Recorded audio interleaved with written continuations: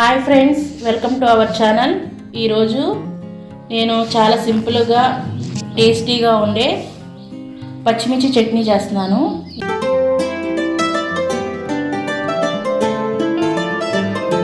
ఇది చాలా టేస్టీగా ఉంటుంది.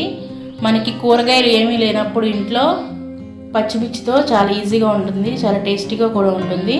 కావాల్సిన ఏంటంటే ఒక 50 గ్రాముల పచ్చిమిర్చి, అలాగే కొంచెం ఒక 10 గ్రాములు చింతపండు, కొంచెం కరివేపాకు, ఆయిల్, ఎండుమిర్చి, ఒక ఎల్లుల్లిపాయ, అలాగే పోపు దినుసులు, సాల్ట్, కొంచెం సాయమినపప్పు, మామూలుగా పొట్టు లేనిదైనా పర్లేదు, పొట్టున్న పర్లా, టేస్ట్ ఉంటుందన్నమాట.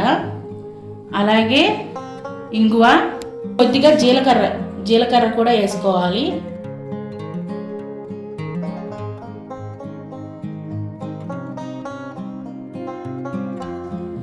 ఇప్పుడు మనం స్టవ్ వెలిగించుకుని కళాయి పెట్టుకుందాము. ఇప్పుడు మనం ఆయిల్ వేసుకుందాము.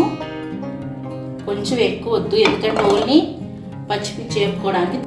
ఇప్పుడు మనం పచ్చిమిర్చి వేసేసుకుని మూత పెట్టేసుకుందాం.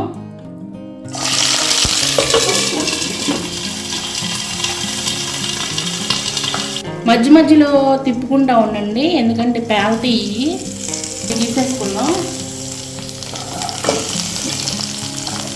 దూరంగా ఉండాలి, ఎందుకంటే పేలతీ వేసి. ఇందులో మనం కొంచెం సాయం పప్పు వేసుకోవాలి. ఏంటంటే ముందే వేసేసుకోవాలి, కాకపోతే మర్చిపోయాను. ఇవి కూడా కొంచెం వేయించుకోవాలన్నమాట. ఇవి కూడా కొంచెం లైట్గా వేయించుకోవాలి. మీరు నల్లగా ఉన్నాయి అనుకుంటారు, కానీ టేస్ట్ ఉంటుందన్నమాట. చూసారు కదా. ఇప్పుడు మనం స్టవ్ ఆఫ్ చేసేసుకుందాం. ఆఫ్ చేసుకుని ఇవి మిక్సీ జార్లో పచ్చిమిర్చితో పాటు ఇవి కూడా వేసేసుకోవాలి. ఇప్పుడు ఇందులో పచ్చిమిర్చి, సాయమినపప్పు వేసాము. అలాగే మనం చింతపండు, నానబెట్టుకున్న చింతపండు ఉంటుంది కదా, మనం తీసుకున్న చింతపండు, అది కూడా వేసేసుకోవాలి. ఎందుకంటే ఇప్పుడు దీని టేస్ట్ అనేది చింతపండుతోనే వస్తుంది. 1 స్పూన్ ఉప్పు, సాల్ట్ వేసుకోవాలి. 1 స్పూన్ జీలకర్ర, అట్లాగే ఎల్లుల్లిపాయలు, ఒక 5 రబ్బలు ఎల్లుల్లిపాయలు వేసేసుకుని ఒకసారి మిక్సీ తిప్పుకున్నాం. ఇంకా మిక్సీ తిప్పేసుకుంటామే. మీకు కొంచెం పలసగా కావాలంటే వాటర్ పోసుకోండి.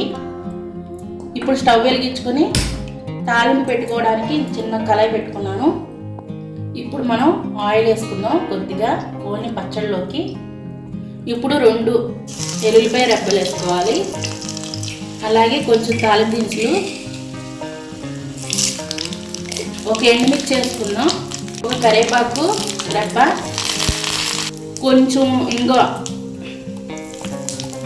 ఇప్పుడు మనం స్టవ్ ఆఫ్ చేసుకుందాం. ఇంకా పచ్చట్లో తిరగమాత వేసేయాలి. చూసారు కదా, పచ్చిమిర్చి పచ్చడి. ఇది చాలా టేస్టీగా ఉంటుంది, చాలా సింపుల్గా ఉంటుంది. ఇంట్లో కూరలో ఏమీ లేనప్పుడు పచ్చిమిర్చితో ఈ విధంగా చేసుకోండి, చాలా బాగుంటుంది, టేస్టీగా ఉంటుంది. మీకు కనుక ఈ వీడియో నచ్చినట్టయితే లైక్ చేయండి, షేర్ చేయండి, సబ్స్క్రైబ్ చేసుకోండి.